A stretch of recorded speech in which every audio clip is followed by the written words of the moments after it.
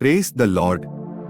दोस्तों, आज का हमारा बाइबल संदेश का शीर्षक है पति पत्नी का रिश्ता कैसे निभाएं, या हम कह सकते हैं पति और पत्नी का रिश्ता कैसे होना चाहिए। इस वीडियो को देखने के बाद आपको सब कुछ समझ में आ जाएगा कि परमेश्वर पति पत्नी के वैवाहिक जीवन में क्या देखना चाहता है। अक्सर विवाह इसलिए टूट जाता है क्योंकि वैवाहिक जीवन में इन बातों की कमी होती है। जिसने इन बातों को अपने वैवाहिक जीवन में अंगीकार किया, उसके वैवाहिक जीवन में कभी दरार नहीं आएगी।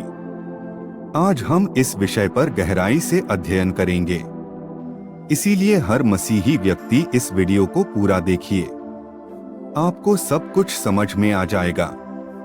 दोस्तों, बाइबल में पति पत्नी के संबंधों के बारे में बहुत ही स्पष्ट और महत्वपूर्ण निर्देश दिए गए हैं।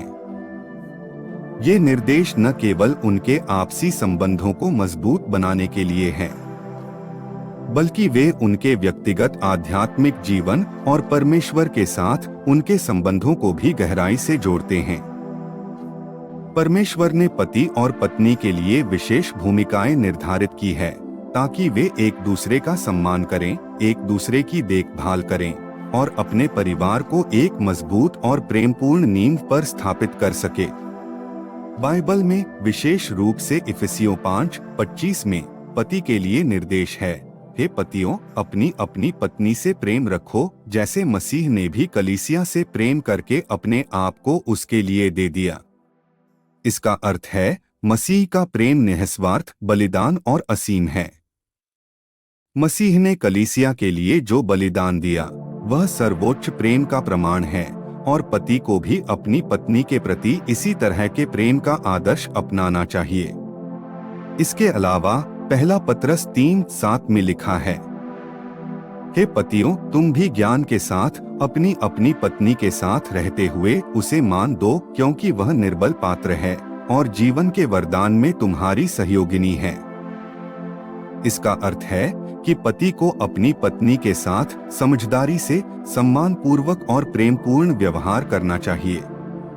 वह पत्नी को अपने समान प्यार करे। एक पति को अपनी पत्नी के सम्मान की रक्षा करनी चाहिए और उसे एक मूल्यवान साथी मानते हुए उसके साथ न्याय और प्रेम से पेश आना चाहिए। उसी प्रकार पत्नी के लिए बाइबल में इफिसियों 5 उसका 22 वचन में कहा गया है, हे पत्नियों, अपने अपने पति के ऐसे अधीन रहो जैसे प्रभु के।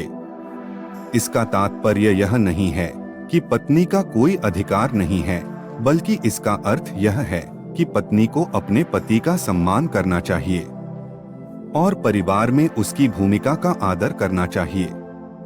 यह आदेश पति के प्रति प्रेम, सम्मान और विनम्रता को दर्शाता है।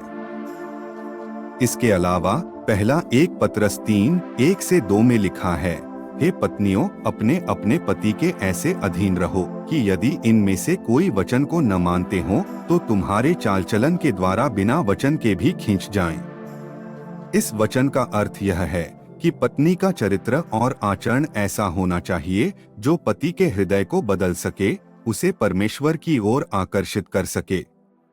दोस्तों, बाइबल यह भी सिखाती है कि पति पत्नी का संबंध एक दोतरफा संबंध है, जहां दोनों को एक दूसरे का आदर करना चाहिए।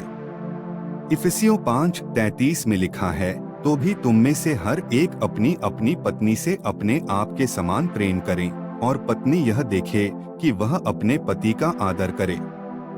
इस वचन के अनुसार पति और पत्नी दोनों को प्रेम और सम्मान की भावना से अपने संबंध को जीवित रखना चाहिए। प्रेम और सम्मान के बिना एक अच्छे संबंध की कल्पना नहीं की जा सकती।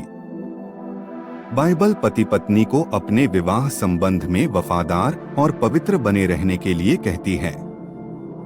इब्रानियों 13:4 में लिखा है, विवाह सब में आदर का कारण है और बिस्तर अशुद्ध न रहे, क्योंकि परमेश्वर व्यभिचारियों और परस्त्रीगामियों का न्याय करेगा। यह आदेश पति और पत्नी दोनों के लिए है कि वे अपने संबंध में वफादार रहें और किसी भी प्रकार के अवैध संबंध से बचें। पवित्रता और वफादारी का पालन करना उनके आपसी प्रेम और विश्वास को बनाए रखने के लिए आवश्यक है। दोस्तों, हर संबंध में कभी न कभी मनमुटाव आते हैं, लेकिन बाइबल सिखाती है कि पति पत्नी को मनमुटावों का सामना कैसे करना चाहिए। कुलुस्सियों 3:13 में लिखा है, एक दूसरे की सलाह लो, और यदि किसी को किसी पर दोष का कारण हो तो एक दूसरे को क्षमा करो, जैसे प्रभु ने तुम्हें क्षमा किया वैसे ही तुम भी करो। इस प्रकार क्षमा और सहनशीलता के गुण पति पत्नी के संबंधों को मजबूत बनाते हैं। दोस्तों, मुझे उम्मीद है आज के बाइबल संदेश के द्वारा आपने सीखा कि कैसे एक सफल वैवाहिक जीवन होना चाहिए। परमेश्वर का संदेश के लिए वीडियो को एक लाइक जरूर करें और चैनल में नए हो तो सब्सक्राइब भी जरूर करें। ऐसे ही बाइबल संदेश को जानने के लिए आपका बहुत बहुत धन्यवाद।